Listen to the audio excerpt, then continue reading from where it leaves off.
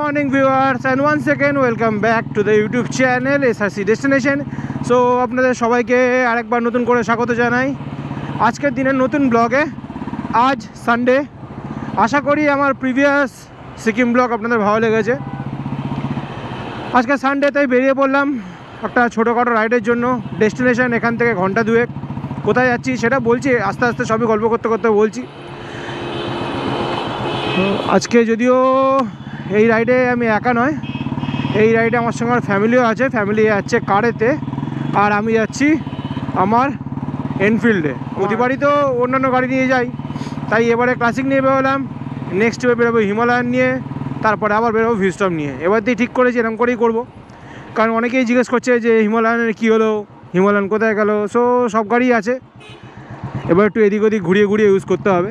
যদিও আমি এই গাড়িটা ইউজ করি বেসিক্যালি আমার কাজের পারপাসে লোকালে, কিন্তু তাও আজকে মনে হলো না একে একটু বাইরে দিয়ে ঘুরিয়ে নিয়ে আসি। টাইম হয়েছে এখন সকাল 9টা, আর এরকম কিছু উজবুক মানুষ আছে, ওদিকে গেল আবার দিকে চলে এলো, মানে ওখানে সার্জেন্ট দেখেছে বলে আবার দিকে চলে এলো।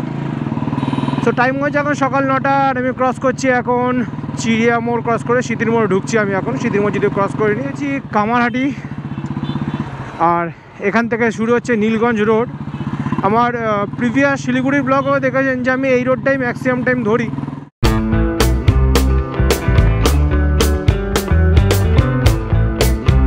এসে গেছি বেলঘড়িয়াতে। যারা এই জায়গাটায় রেগুলার বেসিসে কাজ করেন তারা জানেন এটাকে বলে বাটা মোড়, যদিও সবার জানার কথা নয়। আর সামনে হচ্ছে নিমতা, মানে বেলঘড়িয়া বিচ সামনে।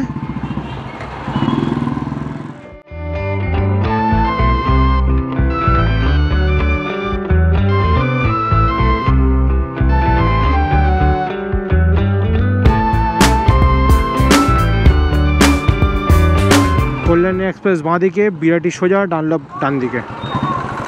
তো আমি যাব কল্যাণী এক্সপ্রেসের দিকে। প্রচণ্ড রোদ্দুর, খেলাগুলোর কোনো ব্যাপার না, যখন যেমন ইচ্ছে বাচ্চা নিয়ে আসছে, যখন যেমন ইচ্ছে ঢুকিয়ে দিতে পারলেই ঢুকিয়ে দিল।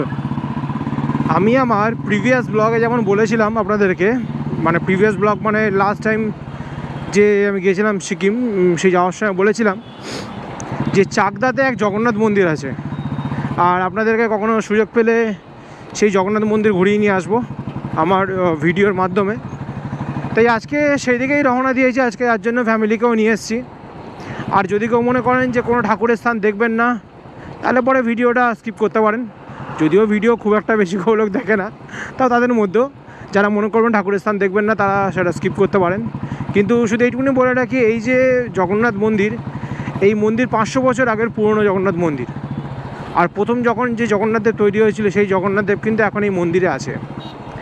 তাই একবার ভিডিওটা লাস্ট অবধি দেখতে পারেন, আশা করি ভিডিওটা ভালো লাগবে। আর তার উপরে তো বেলঘড়ি এক্সপ্রেসের কারেন্ট অবস্থা, বেলঘড়ি সরি কল্যাণী এক্সপ্রেসওয়ের কারেন্ট অবস্থা তো আপনারা দেখতেই পাবেন। ওপর থেকে যে কোনো এক্সপ্রেসওয়েকে দেখতে কিন্তু খুব সুন্দর লাগে, আঁকা বাঁকা পথ। যদি আজকে বিশ্বজিৎকে বলেছিলাম আসতে, কিন্তু বিশ্বজিৎ কাজবশত কোনো কারণবশত আসতে পারেনি। আগে এই জায়গাটা খুব আড্ডা হতো, কিন্তু এখন ম্যাক্সিমাম দোকান সব উঠিয়ে দিয়েছে, ঘিরে দিয়েছে, যার জন্য ঘুরে আবার ভেতরে ঢোকাটা একটু প্রবলেম হয়ে যায়। তো এখানেই দাঁড়াবো, দাঁড়িয়ে দেখি আমাদের গাড়ি কোথায়, গাড়ি আসুক, দেন আবার সামনের দিকে এগোবো বিন্দাস ধাবা। আপনারা যারা যারা এই রোডে এখন অব্দি আসেননি তারা শুধু এই রোডের ভিউ এনজয় করুন, বাকি কথা সব পরে হবে।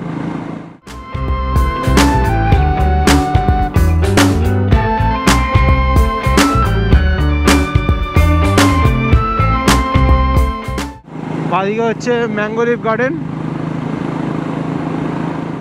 ক্রস করছি এখন জাফরপুর। আর বাঁ দিকে দেখুন পুরো বাগানে ভর্তি, গাছগাছালিতে ভর্তি। গেছি আজকের দিনে প্রথম টোল প্লাজাতে। সো এখানে একটু চাটা খাই,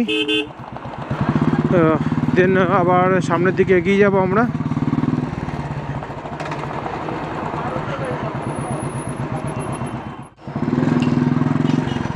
চলে এসেছি হরিণঘাটা মোড়ে, আর এটা হচ্ছে হরিণঘাটা রোড। এখানে আমাকে যেতে হবে আরও অ্যারাউন্ড 7-7.5 কিলোমিটারের মতন।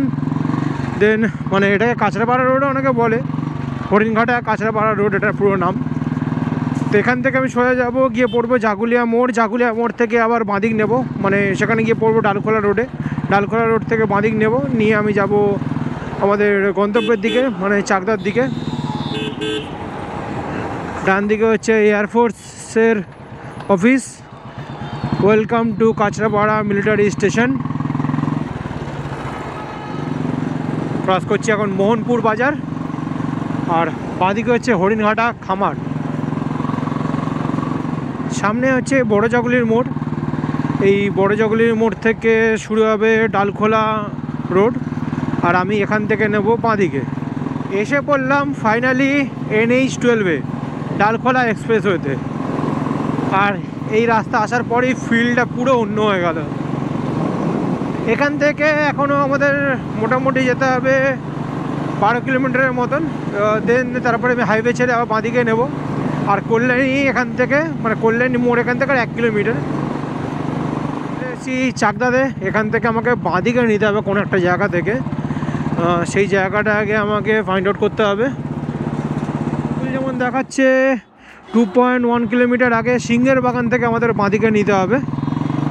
আমি আরও স্লো চালাচ্ছি, কারণ আমি ভেবেছিলাম হয়তো আমাদের গাড়ি আগে চলে গেছে, কিন্তু গাড়ি আমাদের পেছনে চলে গেছে, মানে আমার পেছনে চলে গেছে। তো গাড়ি আসছে। হাই রোড ছেড়ে ভেতরে ঢুকে এলাম। আর ভেতরে ঢুকে এসে এখন আমি আছি রথতলা মোড়ে চাকদার। রথতলা মোড় থেকে আমাকে নিতে হবে বাঁদিকে। বাঁদিকে গিয়ে পূর্বাঞ্চল বাজার হয়ে আমাকে যেতে হবে মন্দিরের দিকে। এখান থেকে জগন্নাথ মন্দির দেখাচ্ছে আনুমানিক আপনার লাগবে 2 থেকে 3 মিনিট, 5 থেকে 7 মিনিট। সো চলুন মন্দিরে যাই। মন্দিরে গিয়ে তারপর আপনাদের সঙ্গে কথা হচ্ছে আবার। রাস্তা খুবই ছোট, তাই এখানে আর ক্যামেরা করব, মানে ভিডিও করব না। তো চলুন দেখা হচ্ছে মন্দিরে গিয়ে আবার। সো রাইট নাও আমি চলে এসেছি জগন্নাথ জিউ মন্দিরে। তো চলুন ভেতরে যাই, গিয়ে বাদবাকি কথাগুলো হচ্ছে আপনাদের সঙ্গে।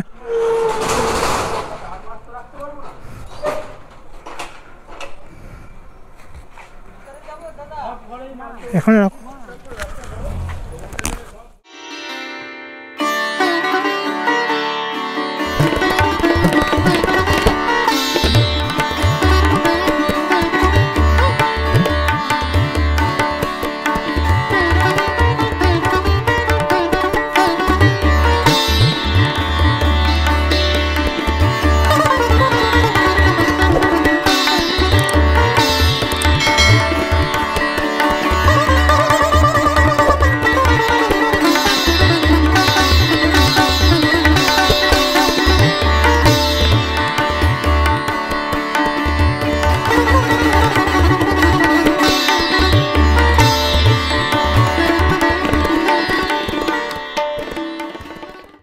এই হচ্ছে জগন্নাথ জিউ মন্দির। সামনে লেখা আছে শ্রী চৈতন্য গৌড়ীয় মঠ, যশরা শ্রী শ্রী জগন্নাথ মন্দির, শ্রী জগদীশ পণ্ডিত শ্রীপট। মানে শ্রী জগদীশ পণ্ডিত যেহেতু তৈরি করেছিল, তার জন্য তার নাম অনুসারে দেওয়া হয়েছে শ্রী জগন্নাথ পণ্ডিতের শ্রীপট। এই হচ্ছে মন্দিরের প্রধান গেট। আর মন্দিরের প্রধান গেট ঢুকলে পরেই আপনারা বাঁদিকে একটা বড় পার্কিংয়ের জায়গা পেয়ে যাবেন। সামনে ওখানে জগন্নাথ দেবের স্নানযাত্রার জায়গা করা আছে। আর ডান দিকে হচ্ছে গোয়ালঘর, যদিও গোয়ালঘর এখন বন্ধ। ভেতরে হচ্ছে প্রধান মন্দির। এই জগন্নাথ পীঠে কিন্তু কোনো রকমের রথযাত্রা পালন করা হয় না। এখানে ধুমধাম করে পালন করা হয় শ্রী জগন্নাথ প্রভুর, শ্রী জগন্নাথ মহাপ্রভুর স্নানযাত্রা। আর এই সামনে গ্রিলের ওপাশে যে জায়গাটা বন্ধ করা, সেটা হচ্ছে জগন্নাথ মহাপ্রভুর স্নানযাত্রার জায়গা। এখানে স্নানযাত্রার পরেতে রথের সময় 7 দিন ব্যাপী এক বড় মেলা বসে। যদি কেউ আপনারা মনে করেন এখানে আসবেন, আমরা গাড়িতে এসেছি ঠিক কথা, কিন্তু এখানে কিন্তু চাকদা স্টেশনে নেবে, ওখান থেকে কিন্তু ফ্রিলি আপনারা টোটো করেও আসতে পারবেন। দেখি, যদিও টোটোর ভাড়াটা আমার ঠিক জানা নেই। এই হচ্ছে মন্দিরে ঢোকার প্রধান গেট। মন্দিরে এখন আরতি চলছে, আর সেটা আপনারা শঙ্করধ্বনির সঙ্গে বুঝতেই পারছেন।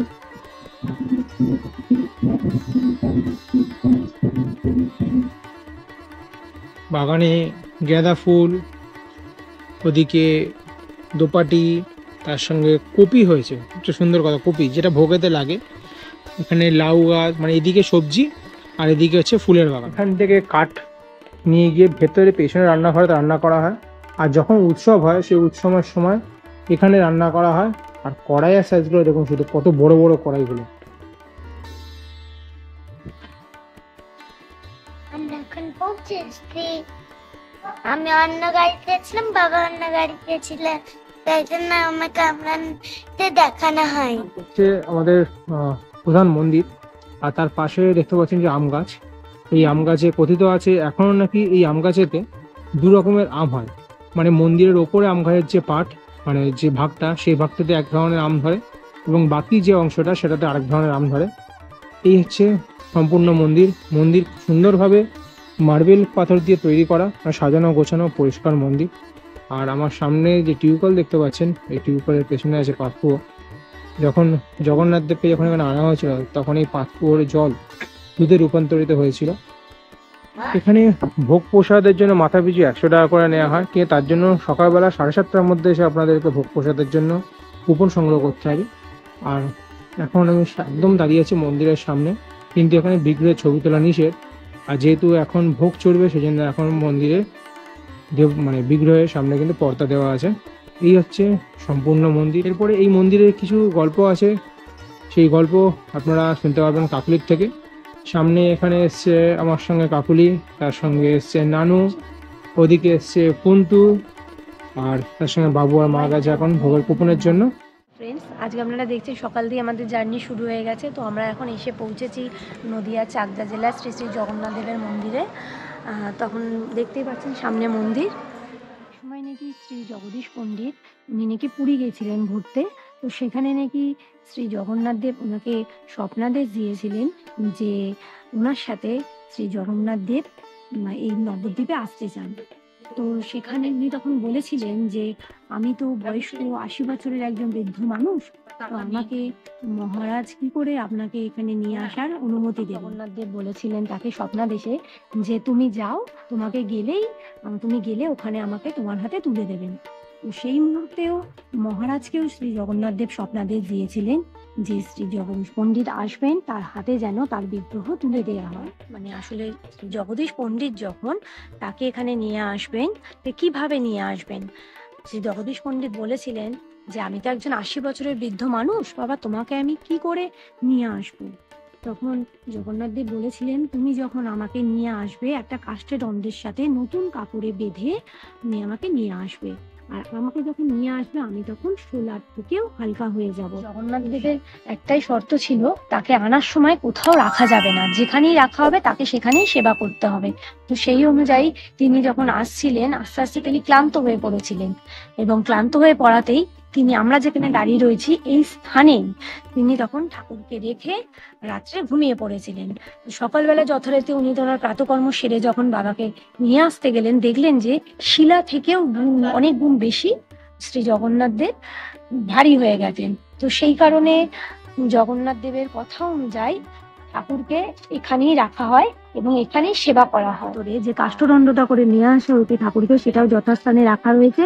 আর জগন্নাথ দেব রয়েছেন, তার সাথে রয়েছে রাধা বল্লভ এবং রাধা কৃষ্ণ, এবং এখানে যে আরো অন্যান্য ঠাকুর আছে তারাও এখানে সমানভাবে সেবা পায়। আর একটা বিষয় যেটা বলতে ভুলে গেছিলাম, বলা হয় যে এখানে নাকি বহুকাল আগে ভাগীরথী নদী প্রবাহিত হতো, এবং ভাগীরথী নদী প্রবাহিত হতে হতে এখানে কালক্রমে বিলুপ্ত হয়ে গেছে ঠিকই, কিন্তু আবারও স্বপ্নাদেশ পেয়েছিলেন যে এই ভাগীরথী নদীর মধ্যেই চন্দন কাঠ ভেসে আসবে এবং সেই কাষ্ঠ দিয়েই তৈরি হবে জগন্নাথ দেবের এক মূর্তি। মন্দিরে ভোগ হবে, আরতি হবে, এটা আমরা দেখবো।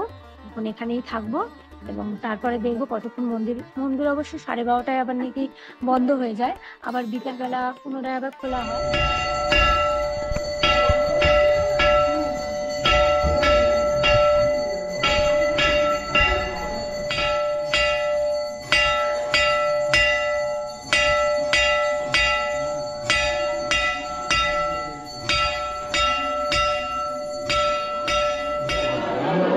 তো রাইট নাও আমরা এখন বসছি এখানে খেতে, ভোগের জন্য এসছি আমরা এখানে। এখানে আছে পুন্তু, এখানে আছে বাবু।